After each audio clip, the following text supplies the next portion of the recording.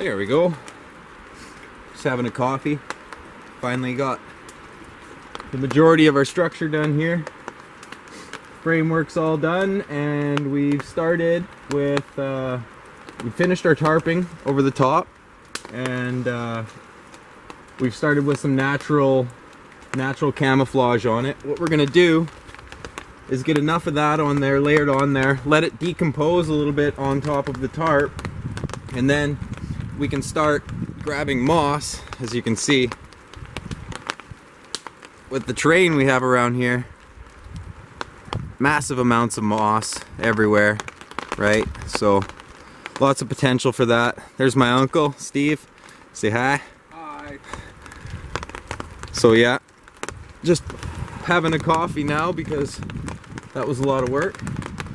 And then once we get the moss on it, it'll all start to decompose, or the branches underneath it, and then grow roots, and then hopefully become a living roof.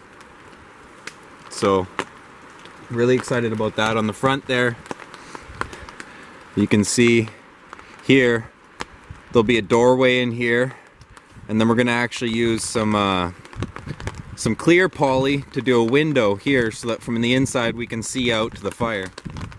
You can see the proximity of it to the fire, right? So that'll be perfect. We just got a tarp set up, camo tarp set up overhead right now. This is kind of what we've been doing every time we get here. We'd set that tarp up over our table here, and it covers the corner of the fire. And then that gives us a dry spot so we can work. But now we've got enough of this structure done that we'll be able to spend our time in there and stay dry. We'll probably keep this tarp up out here over the fire for now, and then we can start with the other structures. You can see over here, right here, where the framework is there, we're gonna have all that notched out so that those logs will sit perfectly in there, and then some sort of plywood or something on top, and then that'll be a platform for a tent, because in the end we plan on being able to have people with like mindsets out here, fellow bushcrafters and family members and whatnot, be able to spend the night comfortably. We'll do a little walk around to the camp. You can see that's where I said we got our tarp set up there. Just the corner of it covers the fire to keep it out of the weather. On Vancouver Island here, it gets a lot of rainfall. It's actually torrential downpours today that we've been working in all day. And then as soon as we get the structure finished, it stopped conveniently. So there's our table there. We got that set up. And then you can see the structure here. That's the top. We've started with our natural coverage. And then inside, you can see there, right there, that's our stove jack. So we're gonna actually have a wood stove in here to keep us warm, because it gets cold here on Vancouver Island also. Our winters are quite fierce. You can see it's just absolutely the most beautiful spot we could ever imagine for a bushcraft camp. My uncle and myself have tried a couple times before to set up camps, and have been fairly successful. We've set up some nice structures and some great, some great places that we can come back to, but we've never been able to have anything near a water source. And ultimately, that's what we want, is to have somewhere on a water source. And you can see through the trees here, that's our lake right there.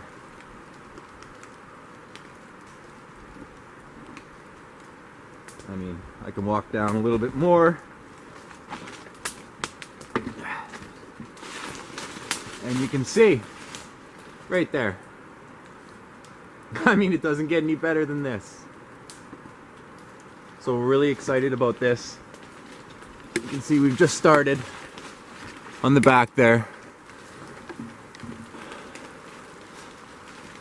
been a long project, but like all of you guys know who do bushcrafting, and anyone who's tried to set up a bushcraft camp for themselves, it is a labor of love, no question. So we go around the back here.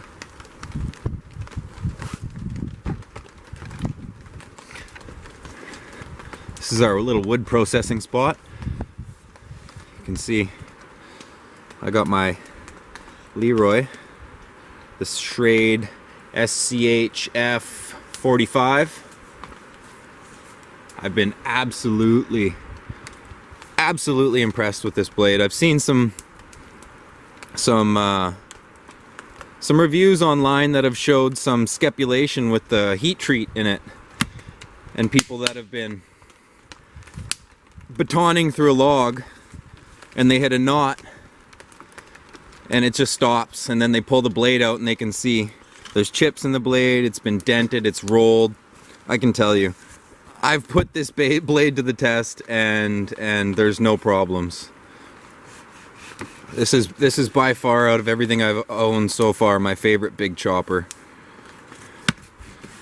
And I think that that's essential when you're out in the woods here. I got my baton there. You can see, beast of a baton. And yeah, the tripod over the fire. So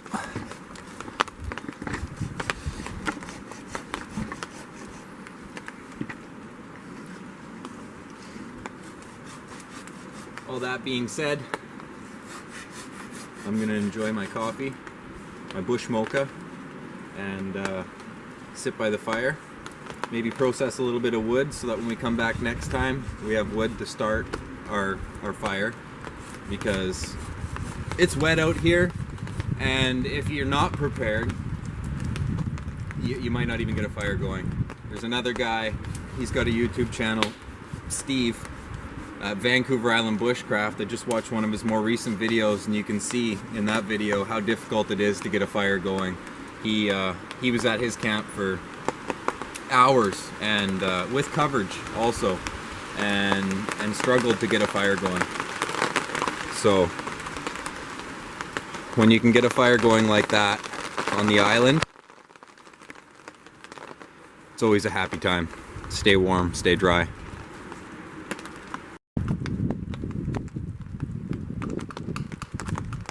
You can see my uncle over there working on that notching that we talked about.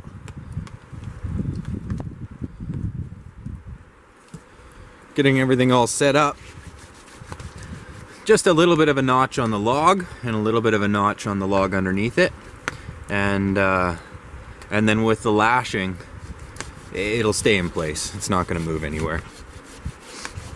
We use bank line for the majority of our lashing out here, because bank line seems to have the best breaking strength for its weight. We use braided, tarred bank line, so it has really good longevity. It's not going to break down from the weather.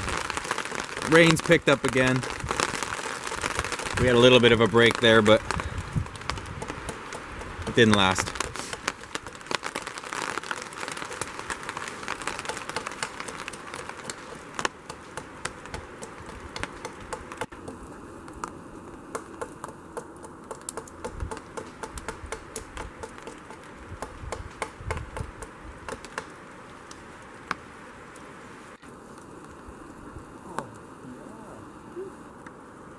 Right, it sure works good. I'll just give you a good view here of the notching that he's getting, progress that he's making with that. Look at that. Look at that there, boy. Yeah! Scrambled-O reference.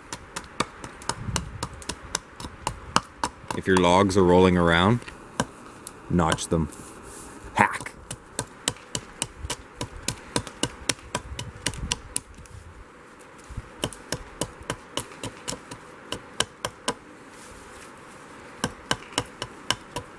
Notice he's wearing gloves. That's always a smart thing to do when you're out here in the woods bushcrafting. a lot of potential for injury, and when we're a ways away from town, we gotta be extra careful with everything. We do have med kits, obviously. I carry a basic med kit on me, and my uncle carries a quite complex medical kit that has everything that you'd need, from bumps and bruises to massive hemorrhaging. So we're always prepared out here.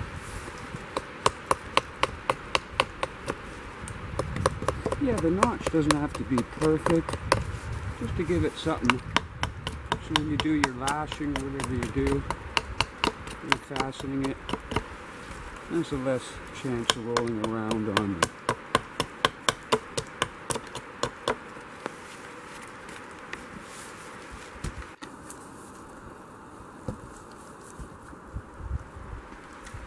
And there we have it. Look at that.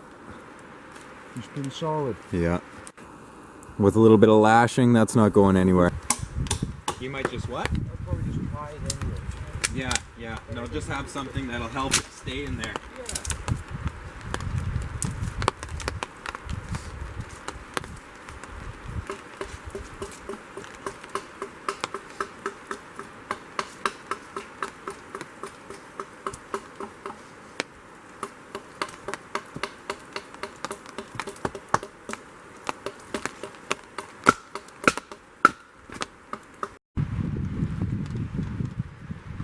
Another thing that I wanted to talk about was my uncle purchased this silky Zubat.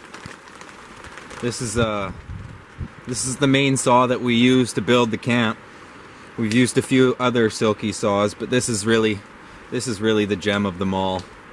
It's got the buckle with your belt holster, so that you can have this attached to your belt, and then have this sitting around camp, and then when you're ready to go, you get to camp and you're ready to start chopping, you just buckle it up, do your thing. It has really good retention. Pull the blade out, you can see it's got a curved blade and a curved handle. These two things lend very well for cutting wood. So I'll just show you on a small piece here how well this works.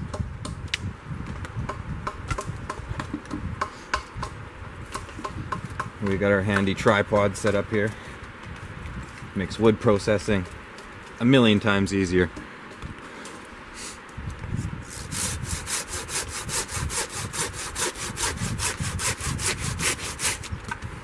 How easy is that?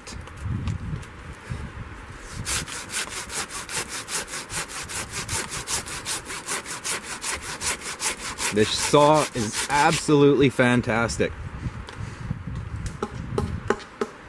The Zubat, I'm telling you, if you haven't tried one, they sell for a really reasonable price point.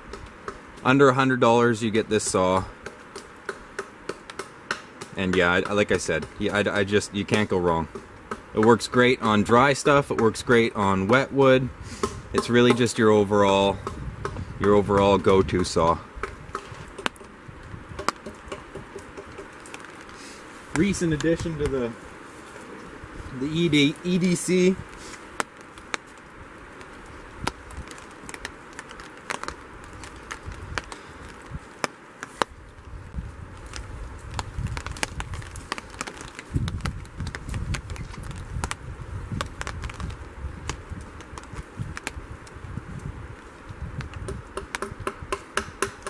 So discreet, I didn't even realize I had it on me. What? More Eldris. It's a sweet little knife. Been using that for a couple days now. The edge retention on these Mora knives is great. The palm swell is absolutely fantastic. I have not found a better budget knife yet. These actually went on sale at Midland Tools for, I think, $29.99, and that was with the sheath. The sheath has excellent retention. Holds on there, it's not coming out. I mean, you'd really have to shake that. Makes it a great neck knife. I've actually considered, because for me, with the neck knives, you can pull it out one-handed, no problem. But putting it back sometimes can be difficult. If it goes in sideways, and then you're thrusting a knife towards your chest, so that's not something that I'm super keen on. So I'm thinking about getting a tactical flashlight holster that'll go on my belt, and then this will fit in there perfectly.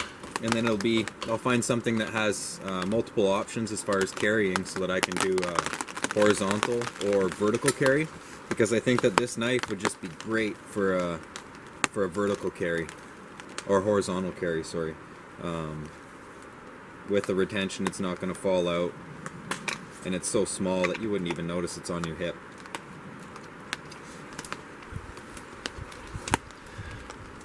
Great knife.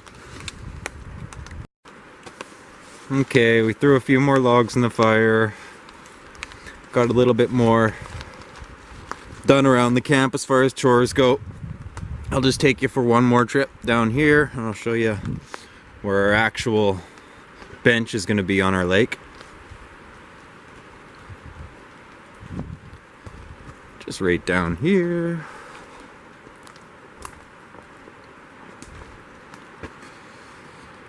Boom, boom. And here we are. Look at that. Look at that there, boy. You feeling stressed out? Get out in the bush. Hack. I'm telling you, it doesn't get any better than this, guys. Even in the nastiest days, too. That's one of the huge advantages to our spot, is that no matter how windy it is out there, in the real world, when we come down here into our bushcraft camp, there's barely any wind. It's just gorgeous. Look at that. Look at this. There's no beach anywhere on this lake. The only clear section is right here. And that's where we'll have one bench, and then we'll have another bench right there. Okay guys, thanks for tuning in, and stay tuned. We got lots more videos coming. Fun on Vancouver Island with myself and my uncle.